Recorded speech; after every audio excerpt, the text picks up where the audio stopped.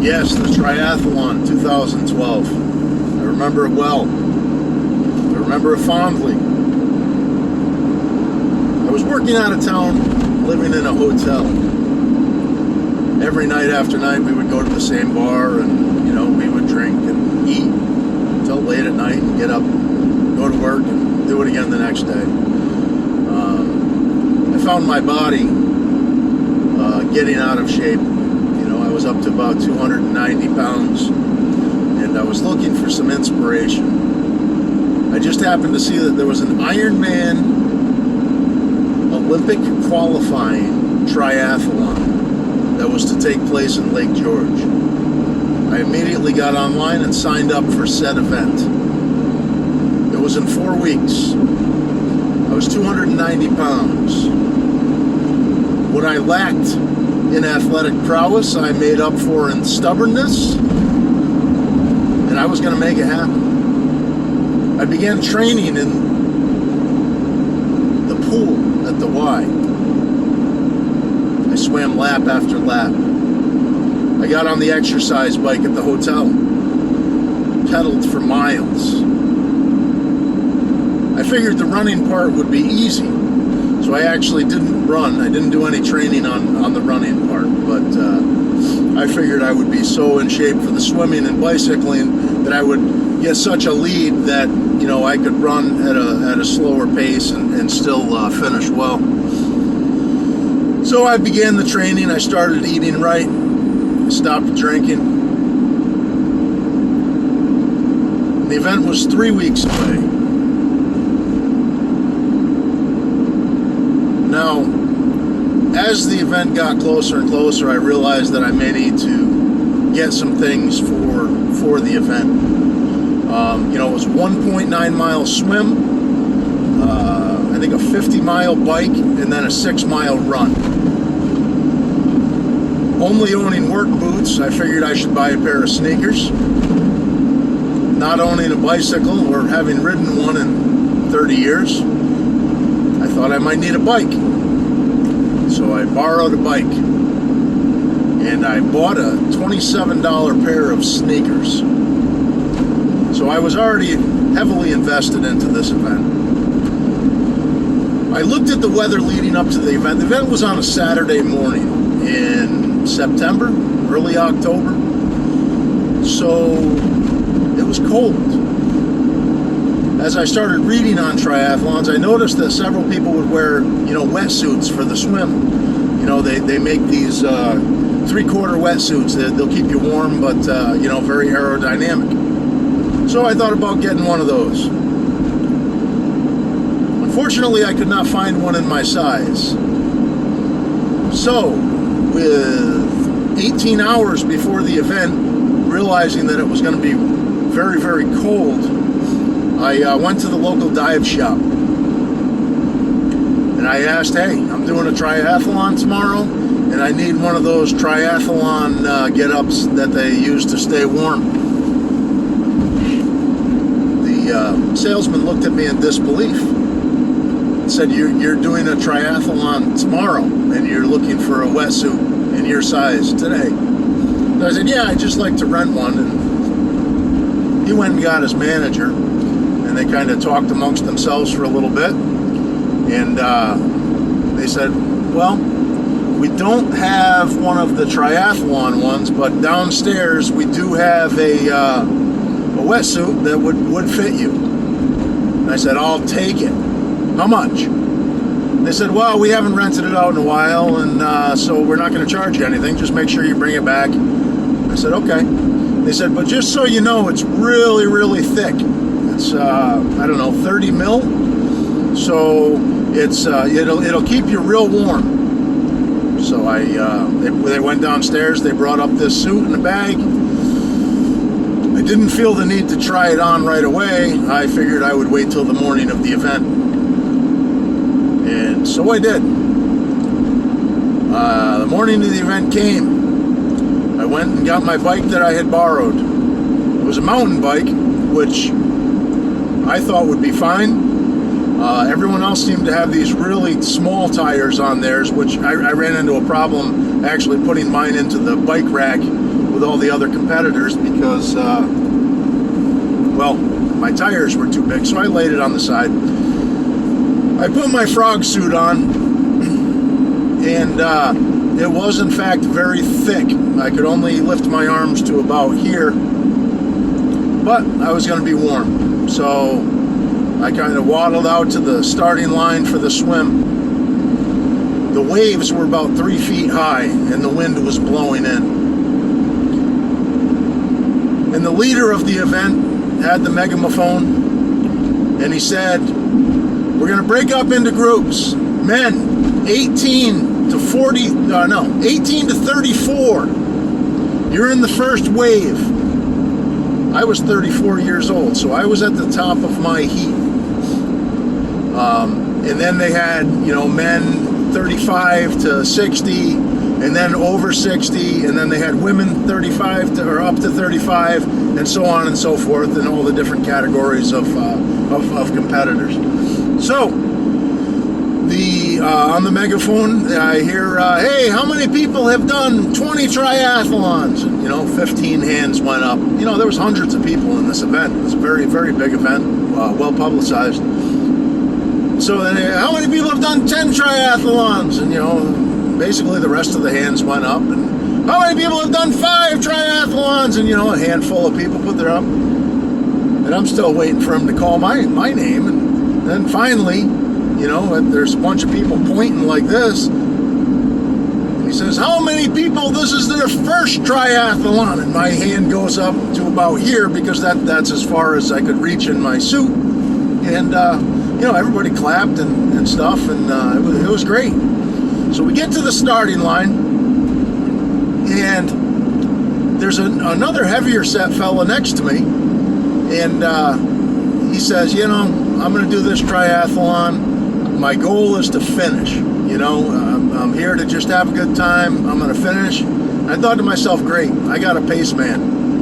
I'm just going to stick with this guy. I'm not going to be in a rush and waste all my energy right off the bat. I'm going to let all these guys run and jump and fly out there. They'll all get out of my way, and then I can, paddle along and go. So my plan worked pretty well. Everybody, the shotgun went off. Everybody jumped into the water, started swimming.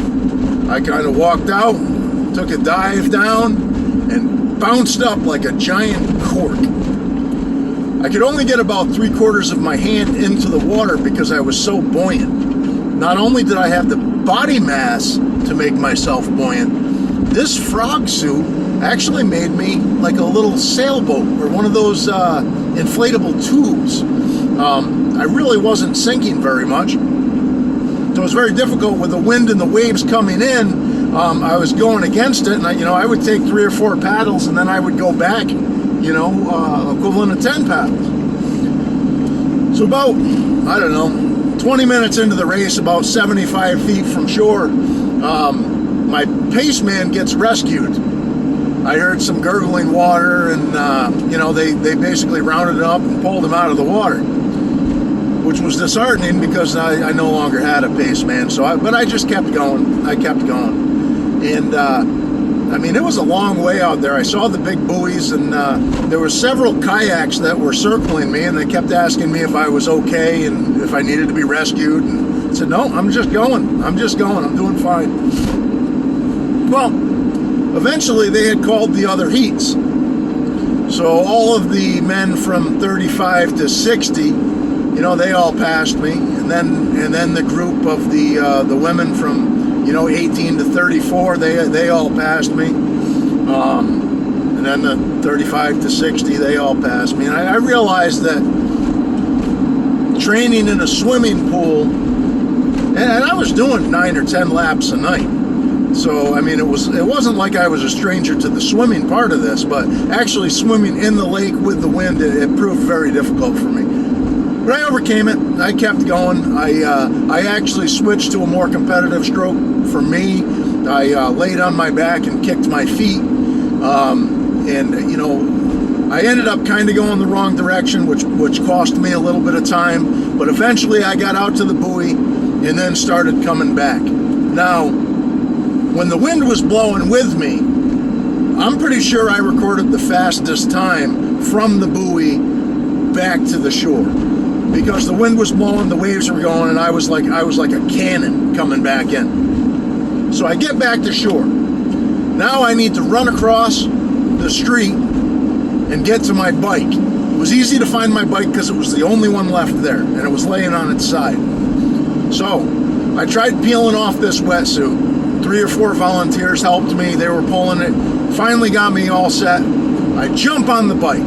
I start pedaling. An official from the race blows his whistle at me.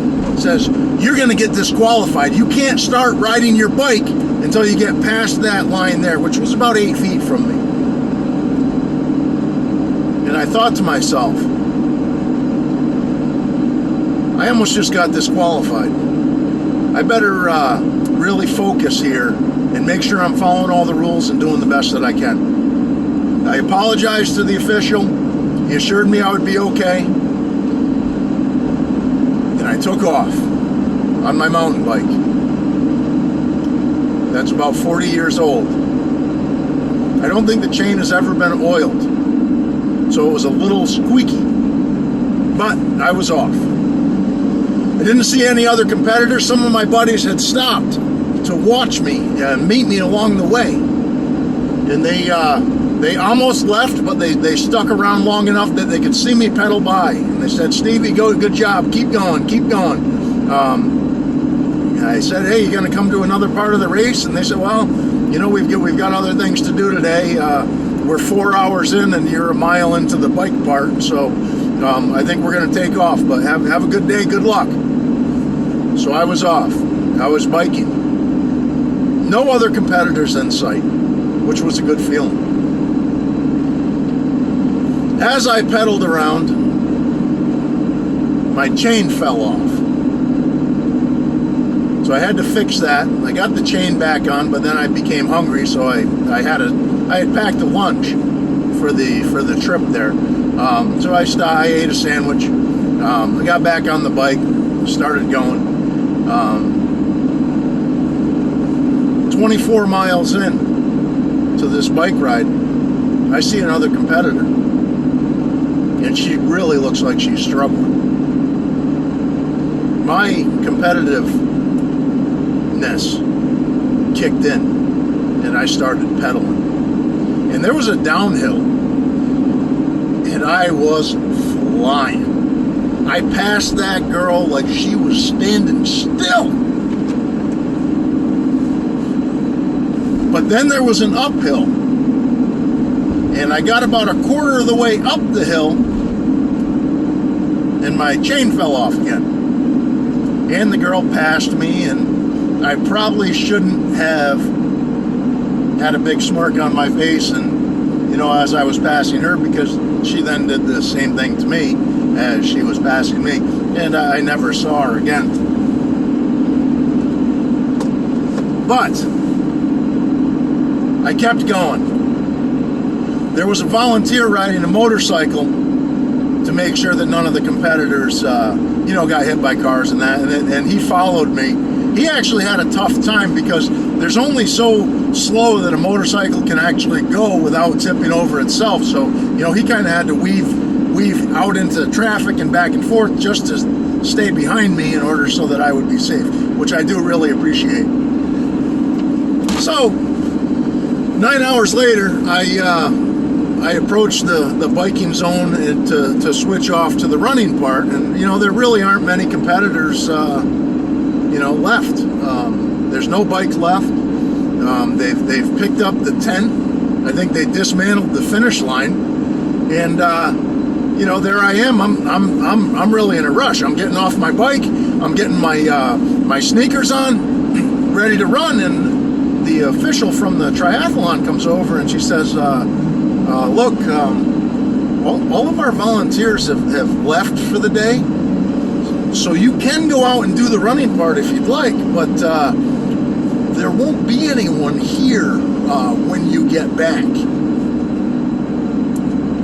So I thought for a minute, and it occurred to me at that point that I was not going to win this race. So it then became about finishing the race. Now, they had dismantled the track.